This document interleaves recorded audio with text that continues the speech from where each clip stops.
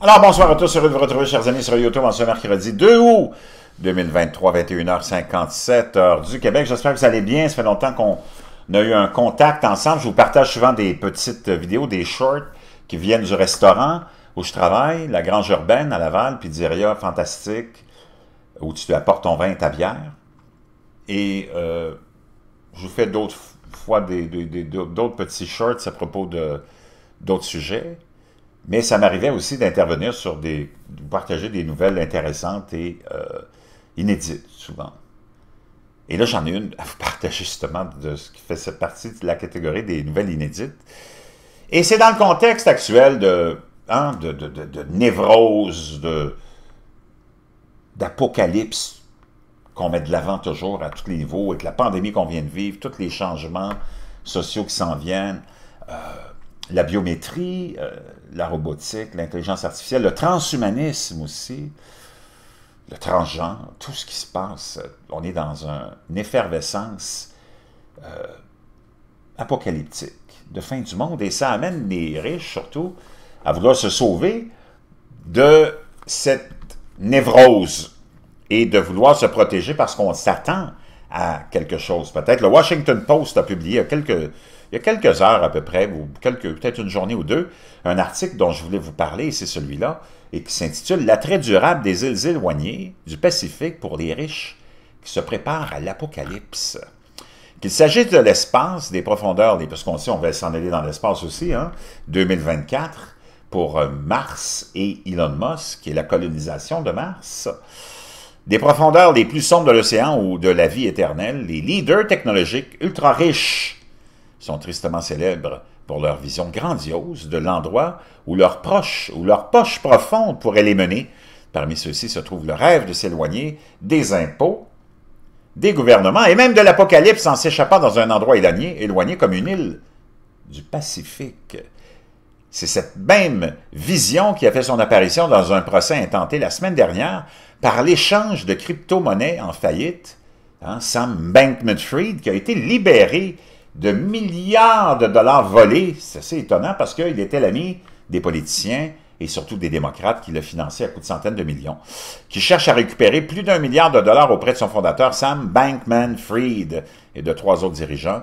Les détails de la plainte prévoient d'utiliser les fonds qui vont peut-être récupérer de FTX pour acheter la nation insulaire de Nauru, un atoll qui abrite plus de 12 000 personnes, et pour survivre à la fin du monde en y construisant un bunker.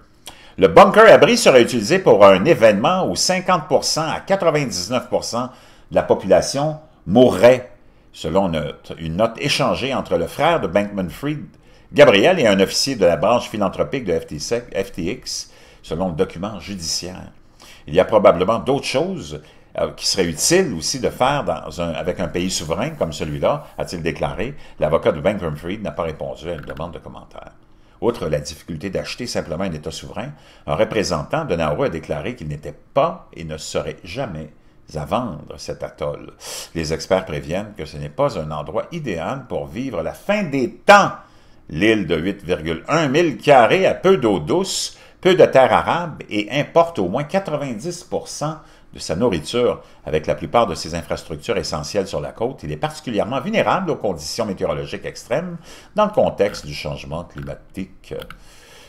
Cela montre vraiment à quel point la préparation milliardaire apocalyptique est vraiment une question de fantaisie, a déclaré Callum Matheson, professeur à l'Université de Pittsburgh, qui a étudié les préparateurs à propos des plans de Bankman-Fried, de FTX. Pour les riches, la fin du monde est un fantasme avec lequel ils aiment jouer, mais ils ne peuvent toujours pas le garder à distance. C'est simplement du divertissement, a-t-il dit.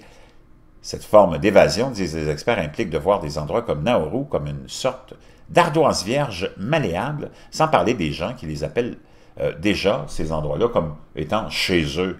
À tout le moins, ces fantasmes concernent la supériorité, a déclaré Matheson. La Nouvelle-Zélande, qui selon les chercheurs est le meilleur endroit pour vivre l'apocalypse apparemment, serait une destination de choix pour les milliardaires et leurs bunkers. Une organisation soutenue par le cofondateur de PayPal, Peter Thiel, a entrepris de créer des communautés de start-up qui flottent sur l'océan avec une certaine autonomie politique qui comprenait à un moment donné un projet en Polynésie française, entre autres.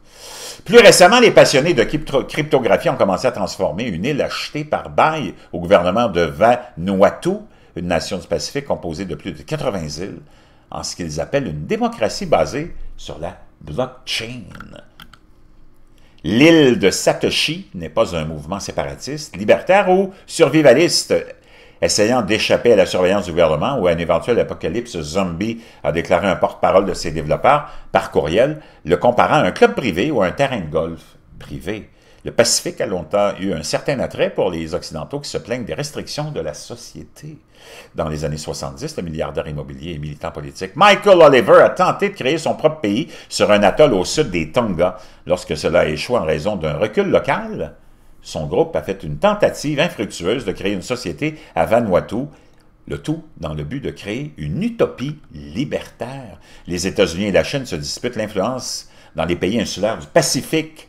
L'idée que les îles éloignées des États-Unis ne font qu'attendre de nouveaux propriétaires a peut-être été normalisée lorsque le gouvernement américain a adopté la loi sur les îles Guano de 1865 qui permet à tout Américain qui se trouve de grandes quantités d'excréments d'oiseaux, un engrais riche sur une île non réclamée pour la désigner territoire américain.